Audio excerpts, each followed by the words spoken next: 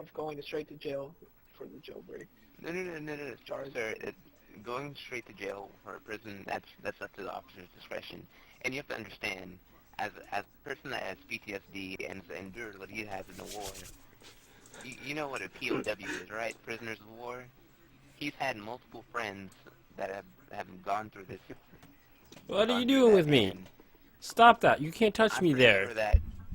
I'm pretty sure that someone that has PTSD and has been in wars like that, they're gonna have some flashbacks when they see a prison. Yeah, when you see a prison man, you're gonna flash back and think of that. Let me look at both of you. Let me see. You guys look similar. Are you guys related by chance? Yes, sir. This is my brother. He went off to fight the war. All of the APD hands up or die.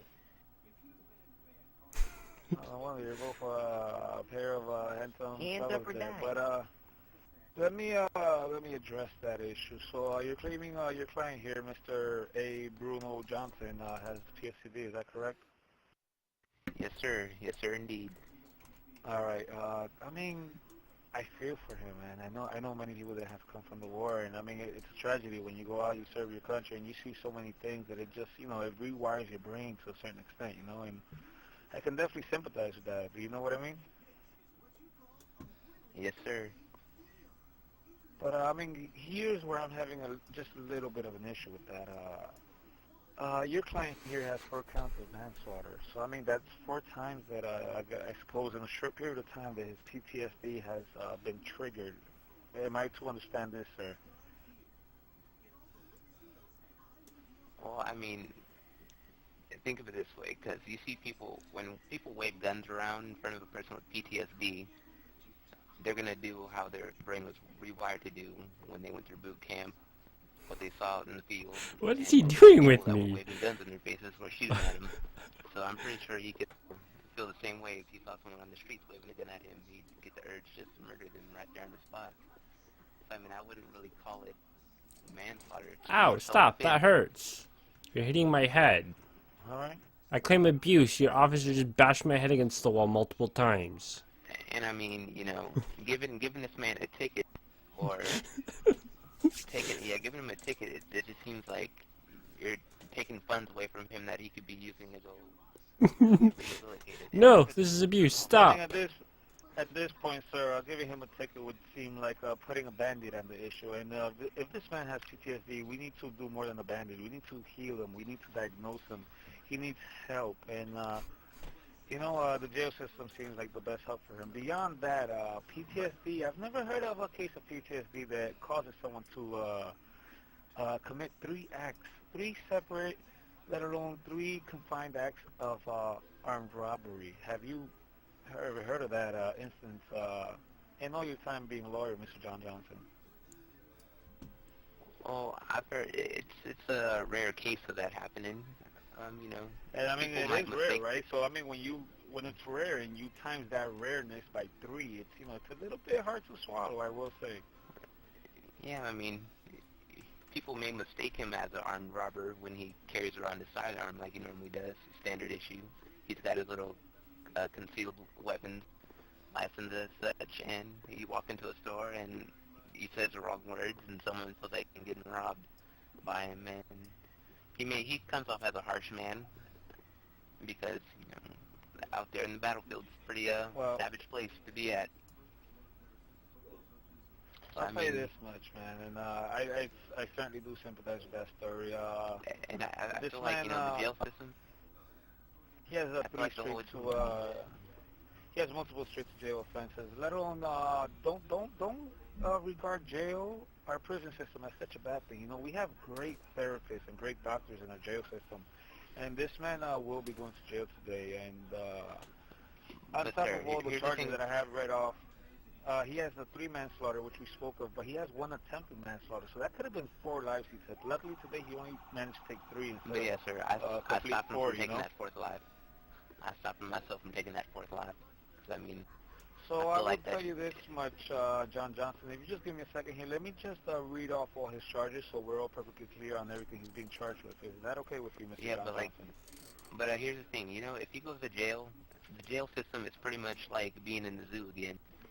It's going to be a penned animal, and it's going to go a loop over, because down there in jail, people make shanks and they go stab each other. It seems like you really do care about him a lot, Mr. John Johnson. Do you really care about this man a lot? I care about all my clients. So, I mean, this is another question I have for you. If you care for this man so much, let alone you revealed to me that you are related to him, where were you beforehand, you know? You should have been there. You should have been the voice of reason beforehand instead of attempting to be the voice of reason now. Would you not agree with me? I would agree with you, but I have family of my own. He's my brother, but I've got an immediate family. I've got wife and kids with, and I'm going to always be there for my brother, sadly. I hear you. We all do have busy lives. You have extended family. I have family as well, you know, and this little process here is taking a bit longer, and I can't wait till I end my shift and go see my daughter, go to one of the local convenience stores, buy some candy, and I'll go back to Cavala and, you know, and greet my little girl in my big old hands and give her a big old hug. So let me go ahead and read all of Mr. Bruno Johnson's charges, and we can proceed from there. All right. Mr. Bruno Johnson, today at this moment you are going to be charged with the following crimes. You will be charged with 4 counts of manslaughter, 3 counts of robbery, 1 count of manslaughter. What? 1 count of prison break. 1 count Nah. You said 3 counts of manslaughter and an attempted. When did this 4th manslaughter come in? You're trying to robocop me. Okay, but where did this 4th manslaughter come from? It was only an attempt just a little bit ago. Not 3 seconds ago you said an attempted, and now it's become a manslaughter. Did you not just say 3 manslaughters and an attempt? Mr. Lawyer Man, is that not what he said? I could have swore I heard 3 manslaughters and an attempted manslaughter. Pardon me for that. It's been a long day, you know. And, trying to robocop my ass, thinking I won't call him out. Very soon. However, you will be going to jail today. I can only hope and pray for you, and I will be praying for you when I get home. That yeah, well, he didn't robocop my ass any harder than he tried. He tried to robocop my ass even more. The advice of your brother here, Mr. John Johnson. He seems like a good man. He seems like he cares for you very much. And hopefully you guys can stick together. I know Mr. John Johnson is a busy man, and he has his own itinerary to deal with. But hopefully you'll be out of jail soon, and you guys can regroup. And hopefully you better visit me in prison, man. A changing moment for you. Yes, sir. Unfortunately, and very much regretfully, you will be sent to prison.